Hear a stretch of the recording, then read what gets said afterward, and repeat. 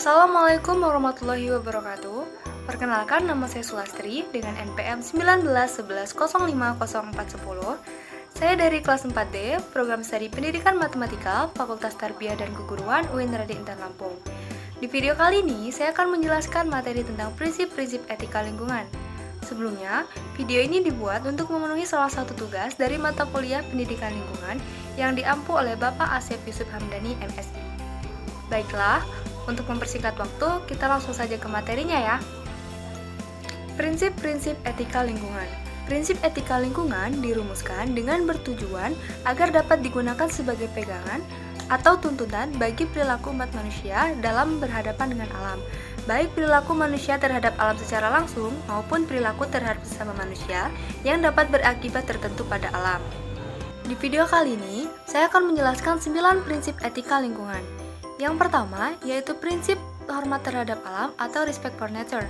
Artinya, kita perlu menjaga, merawat, melindungi, serta melestarikan alam sekitar beserta dengan seluruh isinya. Dan, kita tidak diperbolehkan untuk merusak alam dengan alasan yang tidak dapat dibenarkan secara moral.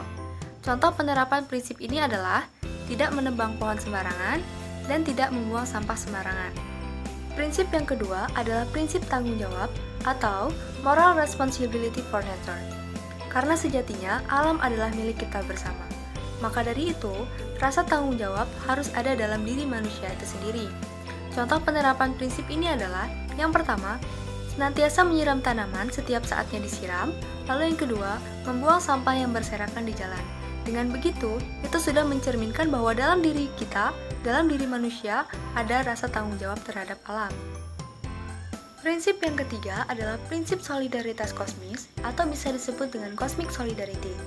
Prinsip ini mendorong manusia untuk menyelamatkan lingkungan dan menyelamatkan alam beserta kehidupan yang ada di dalamnya. Hal ini dikarenakan alam dan seluruh kehidupan yang ada di dalamnya memiliki nilai yang sama dengan kehidupan manusia.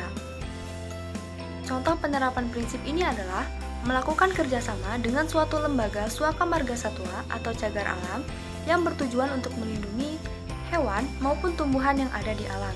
Prinsip yang keempat adalah prinsip kasih sayang dan kepedulian terhadap alam, atau prinsip caring for nature. Prinsip ini merupakan prinsip moral satu arah menuju yang lain tanpa mengharapkan balasan. Contoh penerapan prinsip ini adalah menjaga kebersihan lingkungan sekitar yang dimulai dari ruang lingkup terkecil seperti rumah kita sendiri, seperti halnya menyapu, mengepel, membersihkan debu, menyiram tanaman, membuang sampah. Hal-hal itu merupakan beberapa contoh penerapan prinsip ini dalam lingkungan rumah. Prinsip yang kelima adalah prinsip tidak merugikan atau prinsip no harm. Artinya, manusia memiliki kewajiban moral dan tanggung jawab terhadap alam. Atau paling tidak, manusia tidak akan mau merugikan atau bahkan merusak alam secara tidak perlu. Contoh penerapan prinsip ini adalah yang pertama, tidak menyakiti binatang. Yang kedua, tidak menyebabkan punahnya spesies tertentu. Yang ketiga, yaitu tidak menyebabkan kebakaran hutan.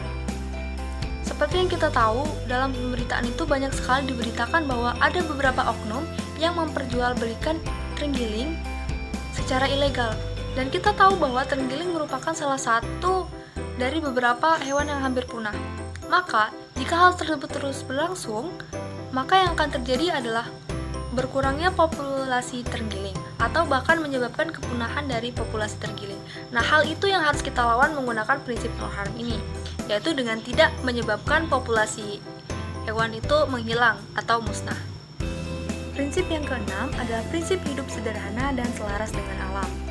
Prinsip ini menekankan pada nilai, kualitas, serta cara hidup, dan bukan menekankan pada kekayaan, sarana, serta standar materi. Contoh penerapan prinsip ini adalah tidak melakukan pengeksploitasian terhadap sumber daya alam yang ada di bumi ini secara berlebihan. Contohnya adalah eksploitasi kayu. Jika suatu oknum tertentu melakukan eksploitasi terhadap kayu itu secara berlebih, maka hal itu akan berdampak buruk pada alam itu sendiri.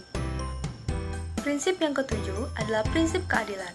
Prinsip keadilan ini lebih ditekankan kepada bagaimana cara manusia bersikap adil terhadap yang lainnya dalam keterkaitannya dengan alam semesta, dan juga tentang sistem sosial yang diatur sedemikian rupa sehingga dapat memberikan dampak positif bagi kelestarian lingkungan hidup. Contoh penerapan prinsip ini adalah dengan melakukan kerja bakti di lingkungan sekitar rumah. Biasanya, pada suatu daerah atau desa, aparat setempat memerintahkan masyarakatnya untuk melakukan kerja bakti di waktu dan tempat tertentu. Tujuannya adalah untuk menciptakan tempat yang aman, bersih, dan juga sehat. Prinsip yang ke-8 adalah prinsip demokrasi. Prinsip demokrasi memberikan tempat seluas-luasnya bagi perbedaan, keanekaragaman, dan pluralitas. Salah satu contoh penerapan prinsip ini adalah melakukan observasi pada suatu lingkungan. Misalnya, kita melakukan observasi pada daerah setelah terjadi bencana, atau kita melakukan observasi pada suatu daerah yang belum kita ketahui untuk mengetahui populasi apa saja yang terdapat di daerah tersebut. Prinsip yang ke-9 adalah prinsip integritas moral. Prinsip ini terutama ditunjukkan untuk para pejabat. Misalnya, orang-orang yang telah diberi kepercayaan untuk melakukan analisis mengenai dampak lingkungan adalah orang-orang yang memiliki dedikasi moral yang tinggi, karena diharapkan mereka dapat menggunakan akses kepercayaan yang diberikan untuk melaksanakan tugasnya. Contoh penerapan prinsip ini adalah dengan memberikan sanksi yang tegas kepada para perusak alam, seperti para penebang liar. Demikianlah materi yang dapat saya sampaikan.